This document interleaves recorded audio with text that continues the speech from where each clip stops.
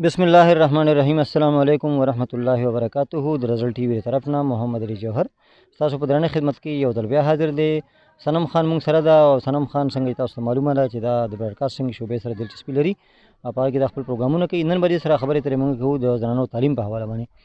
سنم درته و چې اول خو خپل تعلیم څومره کړی دی؟ جی اول خو زه خپل ټولو قدرمند اوریدونکو ته سلامونه هرکلی پیش کوم او جوهر صاحب زما چې کوم دی بی ای ده او جی او د نورو خویندو لپاره ستاسو چې کوم خپل علاقه ده کنه څومره پورې خویندې دلچسپي لري؟ خویندې زمونږ جوهر صاحب ډېره زیاته په تعلیم کې دلچسپي لري، خو بعضې نیم وخت هغوی د څه مجبورو په وجه باندې چې د کور نه هغوی ته هغه سپورټ نه میلاویږي او هغوی هغه خپل تعلیم جاری نشي ساتلی. په دغه وجه باندې هغوی رستو پاتې شي. حالانکه زمونږ په خویندو کې داسې کوالټي موجود دي چې که هغه مونږ وګورو نو یوازې پالکانو کې نه دي او یا هغه پالکانو کې اړه شته نه، کومې چې زمونږ په خویندو کې موجود دي، خو هغوی ته صرف د کور نه موقع نه ورکړل کېږي. ولې صرف د هغې ګناه داره چې هغه یو جینۍ ده، یو ښځه ده، په دې وجه باندې. نو د خویندو په حق له جوهر صاحب زما چې څومره پروګرامونه دي، څنګه چې زما پروګرام دی د سهار مورنینګ شو د زما د ریډیو وطن اف ام 90.8 نه، نو په هغې کې هم زه د خویندو د تعلیم په حق باندې خبرې کوم. او بل څنګه چې د جمعې په ورځ مازدیګر 4 بجې زما پروګرام د خویندو نړۍ، نو زما کوشش دا دی چې زه څونه پورې کېږي چې زموږ څونه خویندې دي، زموږ څونه میندې چې کومې دي، نو هغوی ته د تعلیم حقوق میلو شي. ځکه چې زموږ میندې جوهر صاحب اوس په دې ټایم کې تعلیم حاصلولی شي. تاسو کو کتلی وي داسې سکولونه د هغوی دپاره کولو شو چې هغوی کم ټایم کې ماسپښین ټایم کې اوسګار یو فری ټایم یې په هغې کې هغوی ته تعلیم ښودلی کېږي. نو زمونږ د ریډیو وطن نه بنیادي زمونږ چې کوم سوچ دی دا دی چې زمونږ خویندو ته هغه حقوق میلو شي. صحیح، ډېره زیاته مننه.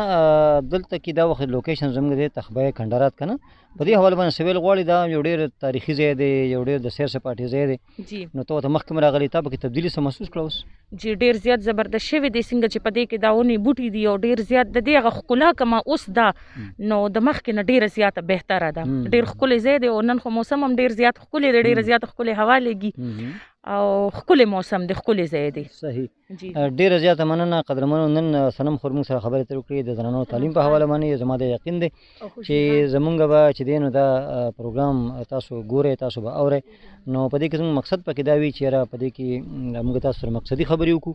د دې پروګرام د دې کوم ریډیو دی او که ټلویزیون دی، زموږ مقصد دا وي چې زموږ خویندې اویر شي او هغې سپیشلي په خپل تعلیم باندې توجه ورکړي. او بل جوهر صاحب زمونږ چې کوم چینل دی رزر ټي وي، نو زمونږ چې څونه خویندې دي نو هغوی ته مونږ دا خواست کوو چې هغوی زمونږ چینل چې کوم دی دا سبسکرایب هم کړي، لایک هم یې کړي، ځکه چې په دې باندې مونږ ته یو حوصله میلاویږي او مونږ دا محسوسوو چې واقعي د مونږ سره خویندې شته، زمونږ خبرو سره اتفاق کوي. صحیح صحیح، ډېره زیاته مننه قدرمنو. تاسو موږ نن ویډیو وکته، که چېرې تاسو زموږ کومې خویندې موږ سره په دې پروګرام کې شرکت کول غواړئ، هغې سنم خان سره څه خبرې ترې کول غواړئ، هغې نه څه مشوره اخیستل غواړئ، 0311 97 35 344 0311 97 35 344 په دې باندې تاسو کولی شئ موږ سره رابطه.